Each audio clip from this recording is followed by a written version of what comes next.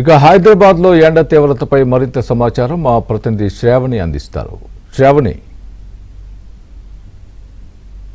ఎండల పరిస్థితి రోజు రోజుకి దారుణంగా వస్తుంది. రోహిణి కార్తె స్టార్ట్ అయిన తర్వాత ఈ ప్రభావం ఇంకా ఒక వారం రోజులైతే ఉండబోతోంది. తెలంగాణ వ్యాప్తంగా చూసుకున్నట్లయితే మనకి ఎండాకాలంలో దాదాపు 100 మంది వడగాల్లోకే ప్రభావమై చనిపోవడం అయితే జరిగింది. సో ఎక్కువగా ఎండలు హైదరాబాద్లో తెలంగాణలో ఈసారి ఎక్కువగా కనిపిస్తున్నాయి.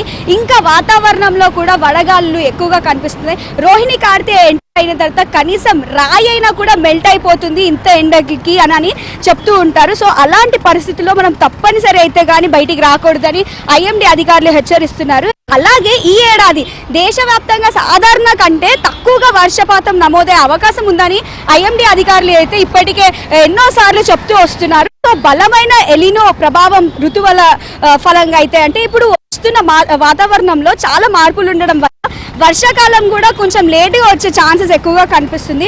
జూన్ నుంచి సెప్టెంబర్ వరకు సాధారణంగా వర్షాకాలంగా కేవలం 90% మాత్రమే నమోదయ్యే ఛాన్సెస్ ఉండగా ఈసారి మాత్రం ఏపీ తెలంగాణలో పలు రాష్ట్రంలో జూన్ నెలల్లోనే తీవ్ర వడగాళ్ళు వచ్చే అవకాశం ఉందని ఐఎండీ అధికారులు హెచ్చరిస్తూ వస్తున్నారు.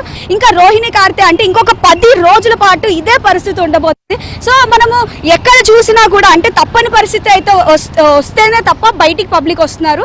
మాక్సిమం అయితే అవేర్నెస్ జరగడం వల్ల ఇప్పుడున్న ప్రభావం ఎండ తీవ్రత వల్ల చనిపోవడం ఎక్కువగా చూస్తున్నాం. కాబట్టి అందరూ కూడా ఇప్పుడు మనం బైక్ల మీద చూస్తున్నా కూడా స్కార్ఫ్లు వేసుకుంటూ తిరుగుతూ వస్తున్నారు. సో ప్రతి ఒక్కరు కూడా హైడ్రేట్ అవుతూ వస్తున్నారు. ఎండ పరిస్థితులు తీవ్రంగా ఉండబోతున్నాయి. ఇంకా 10 రోజుల్లో అయితే ఇదే కొనసాగబోతోంది. సో హైదరాబాద్లోనే కాకుండా తెలంగాణ రాష్ట్రంలో ఇక్కడ ఆదిలాబాద్, నిజామాబాద్, ఖమ్మం, మంచిర్యాల అటు సైడ్ అయితే ఇంకా 44 degrees to 45 degrees నమోదయ్యే ఛాన్సెస్ అయితే కనిపిస్తున్నాయి. ఈ 10 days చాలా జాగ్రత్తగా ఉండాలని ఐఎండీ అధికారులు అయితే సూచిస్తున్నారు. సో ఇది హైదరాబాద్లో ఎండల పరిస్థితి. Video journalist Prashanth, ABN Shravani, Hyderabad.